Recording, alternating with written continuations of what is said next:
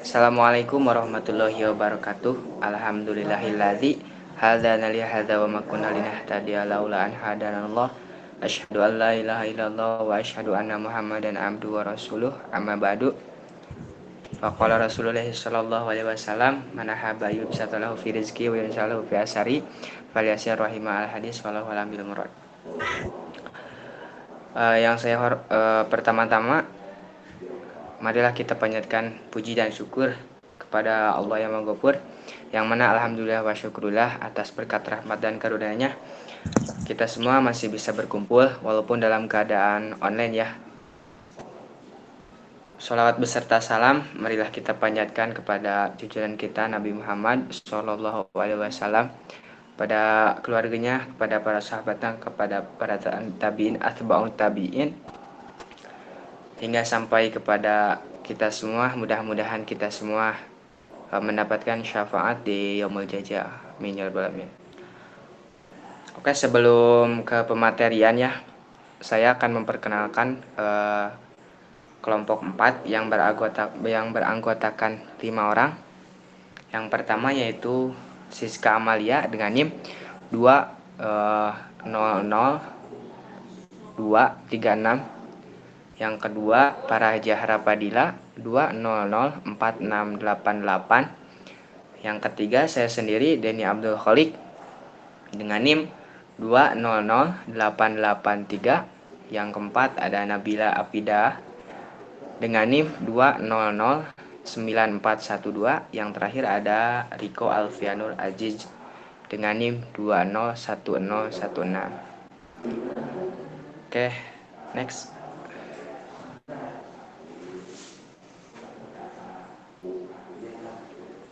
Nah, di sini ada table of context.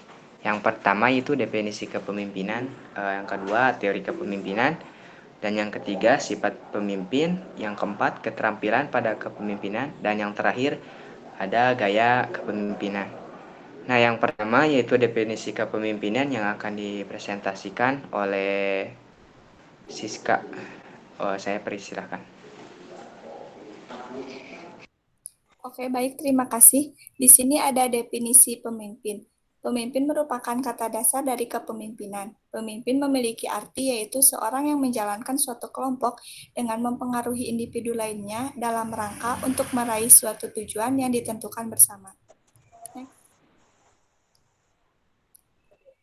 Seperti yang diketahui dari penjelasan sebelumnya, terdapat berbagai macam definisi dari kepemimpinan dalam organisasi. Beberapa penjelasan tersebut adalah yang pertama yaitu ada kepemimpinan merupakan sikap yang dimiliki oleh seorang pemimpin yang digunakan untuk mempengaruhi orang lain dalam kelompok untuk menggapai tujuan yang disepakati bersama. Yang kedua yaitu ada pengertian lain dari kepemimpinan adalah suatu proses pada saat pemimpin memberikan pengaruh dan contoh kepada setiap individu yang dipimpinnya dengan maksud untuk mencapai tujuan bersama. Yang terakhir, kepemimpinan dalam organisasi ialah entitas dalam pengarah tugas atau kewajiban para anggota dalam organisasi yang dimaksud untuk meraih tujuan. Berdasarkan berbagai arti kepemimpinan dalam organisasi dan definisi pemimpin di atas dapat diketahui perbedaan antara keduanya. Pemimpin lebih merujuk pada orang atau person sebagai pelaku dari kepemimpinan, sedangkan kepemimpinan merupakan sifat dari individu dalam mempengaruhi orang lain untuk mencapai suatu tujuan. Kepemimpinan dalam organisasi yang baik akan dapat mengkoordinasi dan mensintegrasikan sumber daya yang ada di dalam organisasi. Selain itu, kepemimpinan yang jitu juga mampu menggali dan mengembangkan potensi yang dimiliki setiap individu lainnya. Selanjutnya ada teori kepemimpinan yang akan dijelaskan oleh Riko.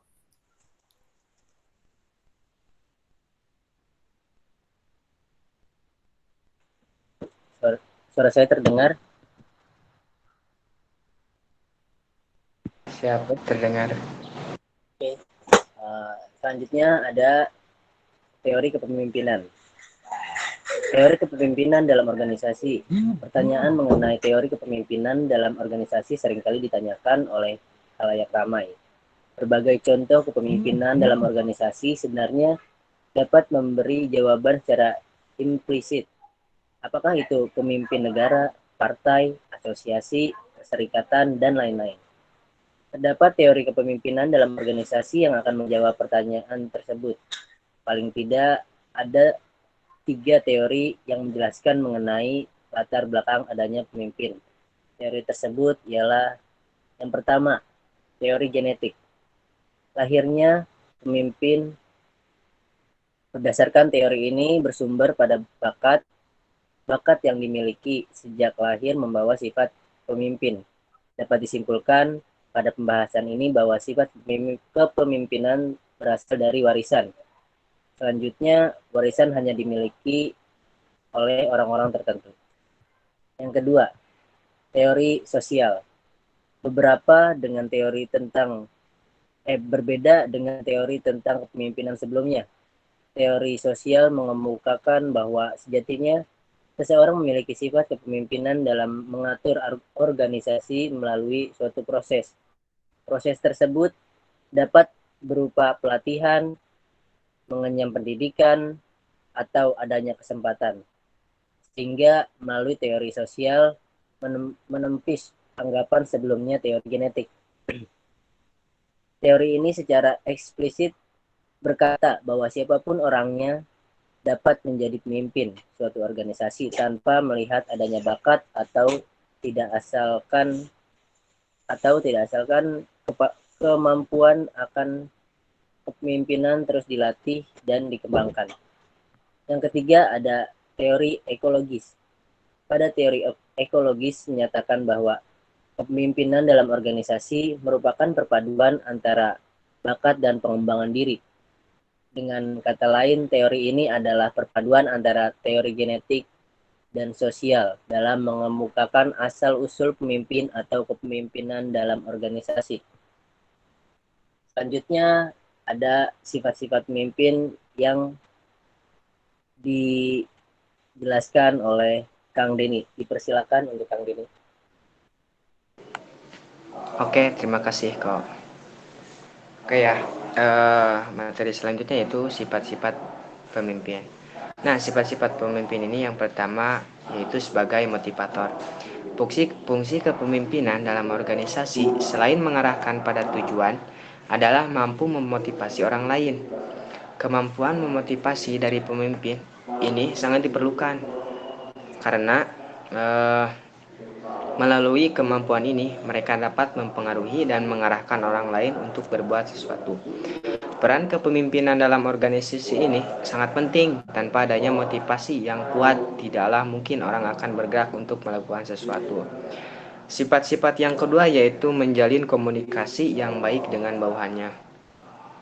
Pemimpin suatu organisasi seharusnya tidak hanya bisa mengarahkan atau mengatur bawahannya dengan kewenangan yang dimiliki. Namun, pemimpin organisasi harus dapat berkomunikasi dengan bawahannya secara baik dan lebih manusiawi. Meski tuntutan profesional tetap digalakan, kemampuan untuk berkomunikasi agar orang mau bekerja sama tidaklah kalah penting. Contoh kepemimpinan dalam organisasi yang mengedepankan komunikasi adalah saat pemimpin daerah akan memindahkan pedagang kaki lima dari satu tempat ke tempat lain. Pemindahan tersebut tidak dilakukan dengan penggusuran, namun dengan cara diajak makan malam atau jalan-jalan atau yang lainnya. Pada acara jalan-jalan atau makan malam tersebut, pemimpin dapat menjalin komunikasi yang sangat baik dan mengarahkan pedagang untuk pindah tanpa adanya emosi dan paksaan. Yang ketiga yaitu memberikan kepercayaan kepada bawahan. Memberikan tugas atau tanggung jawab kepada bawahan dapat membuat bawahan merasa dirinya dapat dipercaya. Oleh karena itu, dalam sebuah kepemimpinan perlunya pemimpin mendelegasikan tugas kepada bawahannya. Cara ini dilakukan untuk menumbuhkan rasa percaya diri pada bawahan sembari mempersiapkan pemimpin selanjutnya. Poin yang terakhir yaitu bertanggung jawab terhadap apa yang dipimpin. Pemimpin yang baik adalah pemimpin yang mampu mempertanggungjawabkan apa yang dipimpinnya. kesalahan yang dilakukan oleh bawahan sejatinya adalah kesalahan pemimpin, apakah dari segi komunikasi atau koordinasi. Nah, oleh karena itu pemimpin organisasi perlu benar-benar mengatur apa yang dipimpinnya sebelum terjadi kesalahan yang lebih besar dari sebelumnya. Namun, apabila kesalahan telah terjadi, maka pemimpin siap untuk mempertanggungjawabkan konsekuensinya tanpa menyalahkan berbagai pihak. Oke, next slide.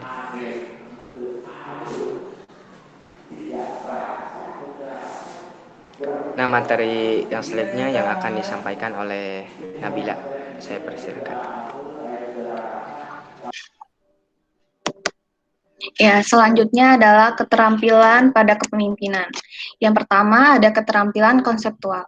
Kemampuan dalam mengkonsep dalam organisasi sangat diperlukan oleh pemimpin. Kemampuan ini merupakan keahlian dalam melakukan koordinasi dan mengintegrasikan segala kepentingan yang ada di dalam organisasi.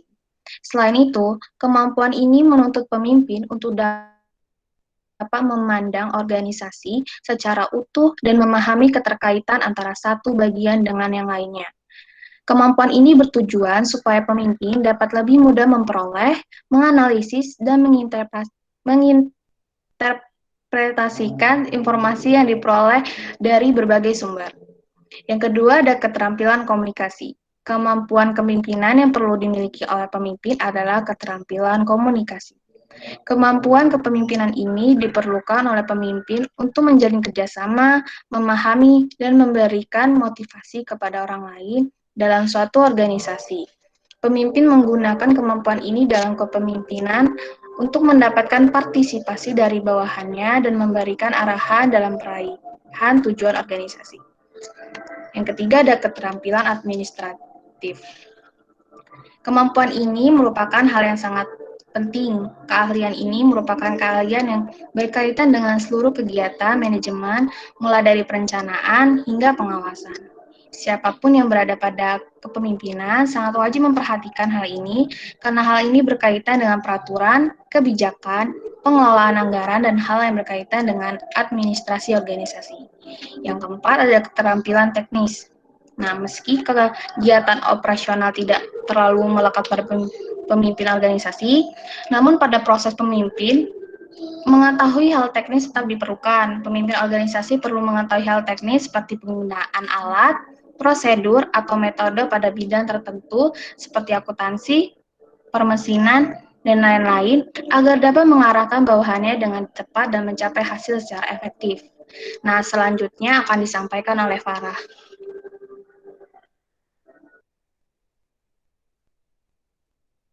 Ya, terima kasih. Selanjutnya ada gaya kepemimpinan. Yang pertama ada kepemimpinan birokrasi. Diaplikasikan pada organisasi perusahaan, gaya kepemimpinan ini menuntut karyawan untuk menuruti seluruh prosedur atau aturan perusahaan. Karyawan dituntut untuk menyelesaikan tanggung jawab dan tugas rutin yang diberikan perusahaan. Kelebihannya yaitu seluruh anggota diharapkan dapat mengikuti alur yang sudah ditentukan organisasi. Lalu ada kelemahannya, yaitu karyawan atau anggota tidak memiliki ruang untuk melakukan atau menciptakan kreativitas dalam pekerjaan mereka. Yang kedua ada kepemimpinan transaksional.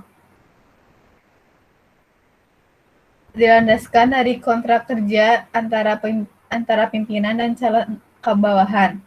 Kontrak yang merupakan perjanjian atau transaksi antara keduanya biasanya meliputi reward dan punishment. Yang ketiga ada kepemimpinan otokratis. Biasa ditemukan di institusi militer dan kepolisian, memusatkan setiap kebijakan dan pengambilan keputusan organisasi pada pimpinan. Pemimpin mengatur segala peraturan dan aktivitas serta memberikan pengaruh tunggal. Yang keempat ada kepemimpinan karismatik. Memberikan influence yang besar terhadap anggota atau bawahannya. Hal ini dikarenakan para anggotanya kagum terhadap pemimpinnya. Kekaguman tersebut dapat berasal dari kepercayaan diri pemimpin, keahlian, ataupun karena kontribusi yang telah diberikan oleh pemimpin. Yang kelima ada kepemimpinan melayani. Dengan gaya kepemimpinan ini memberikan pelayanan atau membantu para anggota untuk terus berkembang. Pemimpin sangat memperhatikan keperluan, kepentingan, dan suara dari para anggota atau bawahannya. Oleh karena itu, pada kepemimpinan ini, pemimpin memberikan kebebasan terhadap anggotanya untuk berkembang, menjaga semangat, dan berkomitmen. Yang keenam ada kepemimpinan partisipatif. Segala bentuk gagasan berasal dari bawahan atau anggota yang disampaikan pada pimpinan. Hal ini dikarenakan pemimpin ingin melibatkan seluruh komponen dalam pemecahan masalah dan pengambilan keputusan. Yang ketujuh ada kepemimpinan situasional. Gaya kepemimpinan ini menekankan pada kondisi atau kesiapan para anggotanya. Sejauh apa perkembangan dan kesiapan anggota dalam menjalankan setiap tanggung jawabnya. Ada 4 gaya yang dapat diaplikasikan dari kepemimpinan situasional ini. Yang pertama ada telling directing, atau memberi arahan, memberi petunjuk, memimpin, dan memutuskan. Yang kedua ada participating supporting, yaitu melakukan penjualan, memberi penjelasan, menjelaskan lebih spesifik, dan mengajak. Yang ketiga ada selling coaching, atau mengajak berpartisipasi, memotivasi, dan bekerja sama. Yang keempat ada delegating, yaitu mendelegasikan, mengamati, pengawasan, dan menyelesaikan. Lalu yang kedelapan ada kepemimpinan laissez-faire, biasa disebut delegasi. Dalam organisasi, anggota diberikan kebebasan dalam pelaksanaan aktivitas pencapaian tujuan. Anggota dibiarkan untuk mengambil keputusan sendiri di dalam organisasi. Gaya kepemimpinan ini dapat merugikan apabila anggota belum berpengalaman dalam menyelesaikan tugas dan tidak memiliki motivasi yang besar. Yang kesembilan ada kepemimpinan tenang. Berbeda dengan gaya kepemimpinan karismatik, kepemimpinan tenang biasanya menggunakan kata-kata untuk menggerakkan anggotanya, meskipun belum banyak melakukan tindakan. Yang terakhir ada kepemimpinan transformasional. Menjabarkan visi misi tujuan kepada para anggotanya dengan cara yang menarik minat. Pimpinan sangat memberikan motivasi besar terhadap anggota. Semangat pemimpin sangat mempengaruhi semangat para anggota. Selain itu, pimpinan sangat peduli terhadap kesejahteraan dan perkembangan anggota. Selanjutnya, saya serahkan kembali kepada moderator.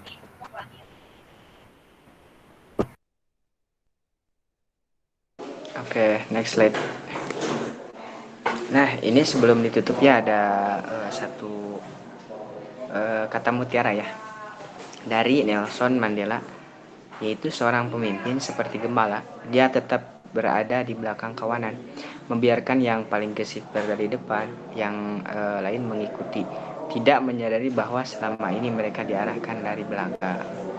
Oke, alhamdulillah ya presentasi dari kelompok 4 telah selesai dilaksanakan. Mudah-mudahan ada manfaatnya, khususnya bagi kelompok 4 yang mempresentasikan, umumnya bagi kita semua yang mendengarkan.